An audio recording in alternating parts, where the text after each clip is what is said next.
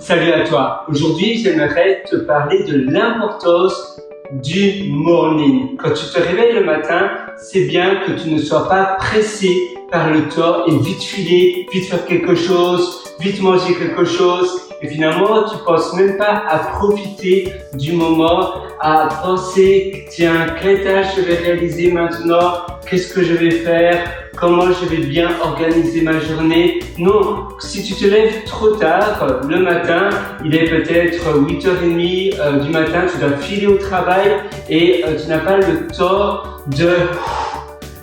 d'aimer ta journée, de voir peut-être le soleil se lever, de prendre peut-être du plaisir à faire, je ne sais pas, certaines tâches que tu veux réaliser d'abord et avant tout. Le principe de avaler le crapaud, donc de Brian Tracy, donc c'est faire les tâches pour toi, les choses ultra importantes pour toi avant tout, parce que si tu reportes à la fin de la journée, eh bien, il y a de grandes chances que ça ne va pas se passer, ça ne va pas se réaliser.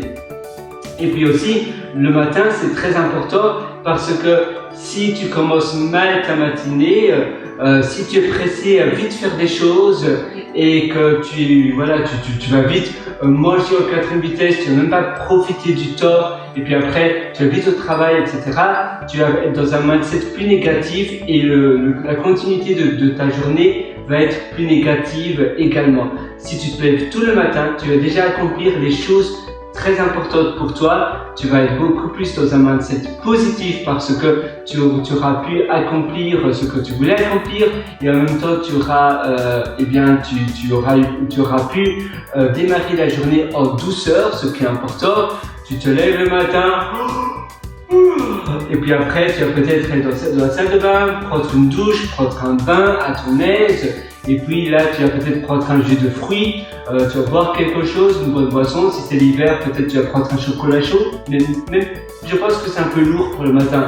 Mais bon, une bonne boisson. Et là, tu vas lire la liste de tâches que tu vas faire ou des choses que tu veux accomplir absolument durant ta journée. Cette liste de tâches, de choses à accomplir et ainsi, tu vas pas te lever le matin à ne pas savoir quoi faire. Au moins, tu as une liste de tâches.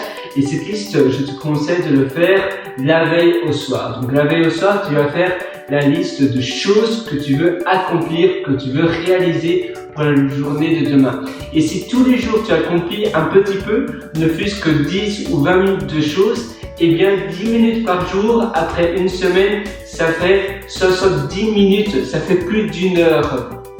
Après 2 semaines, ça fait plus de 2 heures et après un mois, eh bien, ça fait 4h30. Alors, tu vois, même seulement 10 minutes par jour, eh bien, 4h30 peut-être d'apprentissage d'une langue étrangère ou bien 4h30, ça peut être de la réalisation d'une formation, d'un livre ou autre. Et 10 minutes, on a tous 10 minutes dans nos journées. C'est un peu, ça rejoint le principe de la méthode des 10 minutes.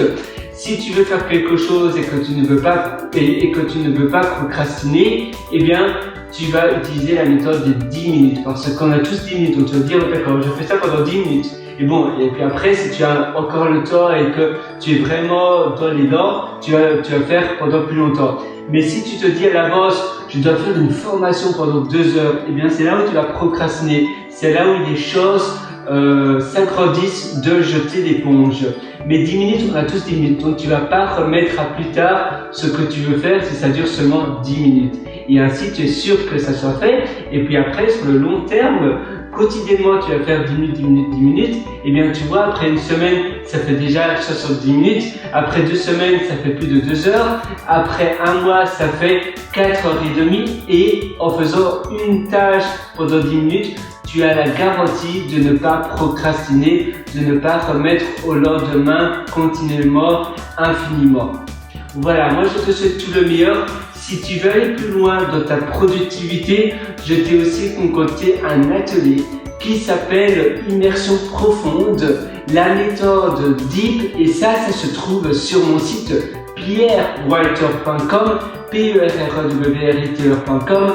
Là-dessus, tu as un lien qui s'appelle Mes méthodologies et si tu cliques sur ce lien, tu trouveras mon atelier d'immersion profonde. Moi, je te retrouve dans une prochaine session Je te souhaite une excellente journée, une excellente vie et profite-en. Ciao!